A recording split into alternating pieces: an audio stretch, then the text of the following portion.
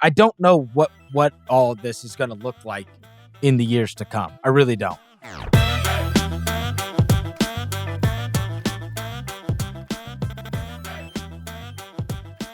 Last year's regular season, when we were talking about guys not playing, and now there is this story that came out today that Adrian Wojnarowski put out that there is an NBA plan to further curb the resting of star players, that the NBA is expected to pass a more stringent rules and punishment to limit the resting of star players for nationally televised and in-season tournament games and instances of multiple all-stars sitting out individual regular season games.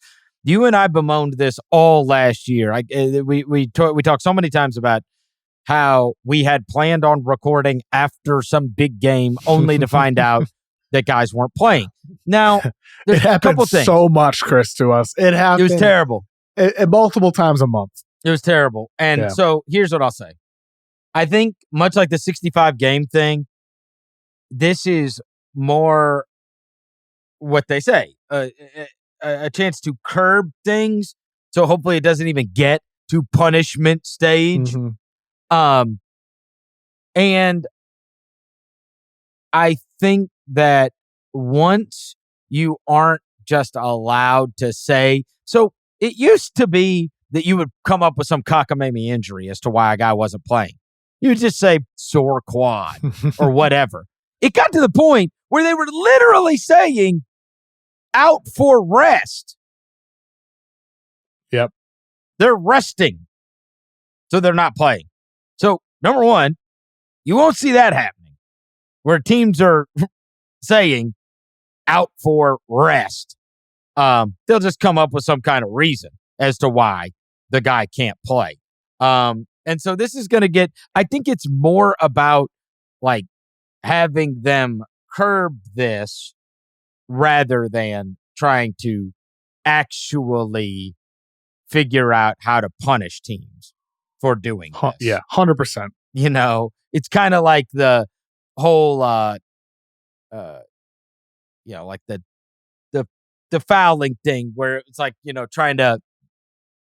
trying to get guys up in the air or like shooting right around a screen or whatever, right? Once they say they're going to do something, then guys just kind of stop doing it. And so I think that's what'll probably happen here is their hope that at least it will minimize it a lot. And I also think you're probably having, what they're not saying is there's probably like these real conversations that are happening with Adam, with the Players Association that are saying, look, you're seeing everything that is happening with our regional sports channels. You are seeing everything that is happening with Sunday Ticket and the NFL and with Spectrum and ESPN and with like, if you were in where I live, if you had DirecTV, you don't have Channel 3, like literally like what 60 Minutes and the NFL and whatever would be on. And if you don't, and if you've got Xfinity, you don't have Fox right now. And so like all of these, you're seeing this is all, it's happening everywhere, all over the country. You've got all these huge fights that are taking place. In the middle of that, they're going, look, we're going to try to get big deals everywhere. We've got to figure out what we're going to do for locally, but we're also going to do our local deals and we're going to do our huge national deal. And we've got YouTube and we got Apple, we got Amazon and we got the cable companies and we got DirecTV. Like, we've got an opportunity to really make a lot, but we're going to F it up if our guys aren't playing in the games. Like, we're trying to sell this and we're about to have to go to a table with everybody to try to get a new deal. So I think that's probably made clear at this point. It's like, hey, this became a real problem last year.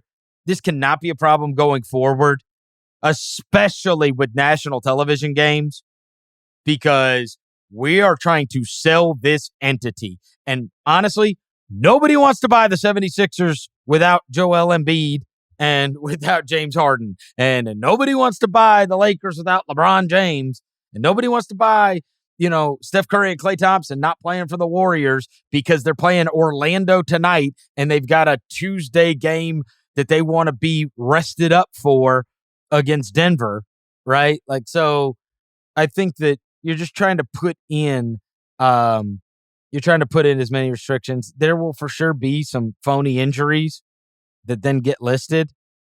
And it's going to be fascinating to see how some of these players, like what do you do with Kawhi Leonard? I guess, is he really going to play a bunch of games? Come on. I wonder if this also relates to the NBA kind of setting that minimum minutes threshold where it could count as a game towards the 65 games with awards if you play 20 minutes. And I think I know there are some people who say, well, that's BS. It's not cool. I think it's completely fair it's a middle ground in terms of managing minutes. If you're like a Hornets fan and you love Kawhi Leonard and he comes to town once a year and you get to see Kawhi for 20 or 25 minutes, he plays a little bit in the first half, a little bit in the third or fourth quarter.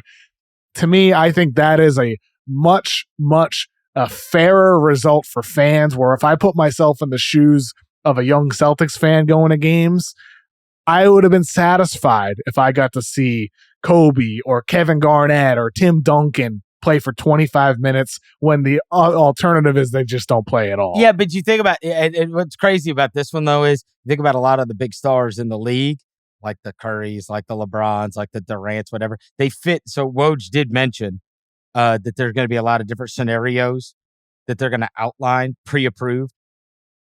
For example, the NBA is going to allow pre-approved designated back-to-back allowances for players that are 35 or older on opening night or have a career workload of 34,000 regular season minutes or 1,000 regular doesn't apply season to many playoff minutes. It is a lot doesn't apply to a ton of guys.